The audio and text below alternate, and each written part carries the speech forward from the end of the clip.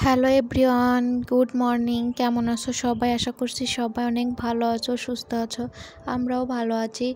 আজ হলো মঙ্গলবার আর এখন সকাল জানো তো 7টার মতো বাজে। তো এখন থেকেই তোমাদেরকে সাথে নিয়ে ব্লগটা শুরু করছি। আশা করছি আজকের ব্লগটা তোমাদের ভালো লাগবে। যদি ভালো লাগে তাহলে প্রথম থেকে শেষ পর্যন্ত দেখার অনুরোধ রইল। তো সকালে ঘুম থেকে উঠে বাইরে চলে আসছিলাম ব্রাশ করতে। তো আজ ঘুম থেকে উঠে আর সেভাবে কোনো কাজকর্ম নেই বলতে গেলেই চলে। উঠে দেখি মায়ের শাশুড়ি মায়ের সমস্ত কাজই হয়ে গেছে। ওই যে রান্নাঘর পরিষ্কার করে থালা বাসন ধোয়া, তারপরে যে এঁটো টেবিল মোছা, সেগুলো করে রান্না বান্না করছে। তো আমি উঠে কিছু জামা কাপড় ছিল সেগুলো আর কি ধুয়ে তারপরে ঘর বাড়িটাও গুছিয়ে নিয়েছি।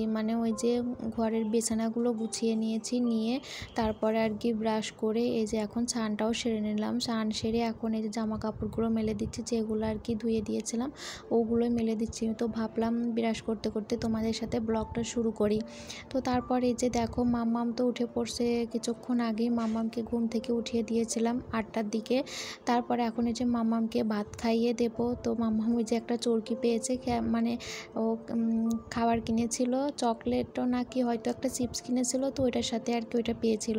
তো আজকে কী রান্না হয়েছে দেখলেই তো, ডাল, তার সাথে ছিল উচ্ছে ভাজি, তার আলু ভাজি, আর ছিল শাক ভাজি। তো এগুলো আজ সকালে রান্নাবান্না হয়েছে।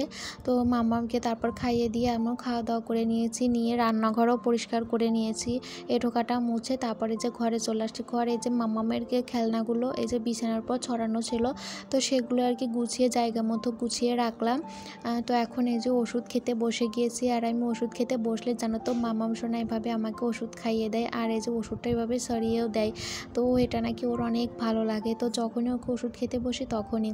তো তোমাদের তো দেখিয়েছিলাম ওই যে ডাক্তারের কাছে গিয়েছিলাম পিঠের ব্যথার জন্য, তো সেটারই আর কি ওষুধ খাচ্ছি এখন। কুহেলি ওয়ার্ল্ড ব্লগ থেকে দিদিভাই কমেন্ট করেছো, গ্রামের বাড়িতে বৃষ্টির দিন হলে খুবই কষ্টকর সংসারের কাজ করতে, খুব ভালো লাগলো, নতুন বন্ধু হয়ে পাশে থাকলাম।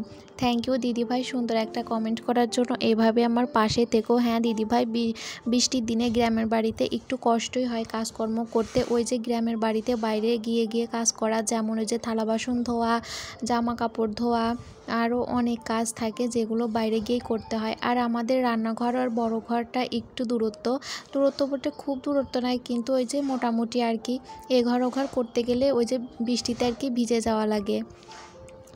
আর আর ওই যে জোরে বৃষ্টি আসলে তো খুবই কষ্ট হয়ে যায়। তো সুন্দর একটা কমেন্ট করার জন্য অসংখ্য ধন্যবাদ। তারপর এই যে দেখো, তো একবারে তোমাদের সাথে দেখা হচ্ছে বিকেলে মাম্মাম ঘুম থেকে উঠলো। তো তারপর মাম্মাম বলছিল মা একটু বাইরে চলো, রাস্তা দিয়ে হাঁটাহাঁটি করি। তো মাম্মামকে নিয়ে বাইরে চলে আসছি।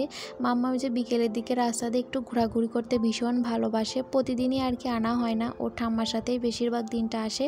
তো আজ আমি নিয়ে আসলাম। মমতা চক্রবর্তী দিদিভাই কমেন্ট করেছো, খুব সুন্দর লাগলো দিদিভাই। থ্যাংক ইউ দিদিভাই সুন্দর একটা কমেন্ট করার জন্য।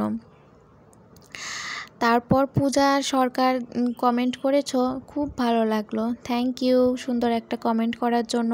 সামিয়া লাইভ থেকে দিদিভাই কমেন্ট করেছো, কেমন আছো আপু, ভিডিও অনেক ভালো লাগে, কত পরিপাটি। থ্যাংক ইউ আপু সুন্দর একটা কমেন্ট করার জন্য। এভাবে আমার পাশে থেকো, অনেক অনেক ভালোবাসা তোমাকে। তো যারা যারা কমেন্ট করছে তাদেরকে অসংখ্য ধন্যবাদ। এভাবে প্রতিদিন আমার ভিডিওতে কমেন্ট করবে, তোমাদের কমেন্ট পড়তে আমার ভীষণ ভালো লাগে। অপরিচিতা দেবজয় দিদিভাই কমেন্ট করেছো, তোমার ঘরের সামনে সিঁড়ি ও উঠান। তো এইটুকু বুঝতে পেরেছি দিদিভাই, তারপর কি লিখেছো ওটা আর বুঝতে পারিনি। তো কি লিখেছো যদি আবার তুমি একটু বলো তাহলে আর কি বুঝতে সুবিধা হয়।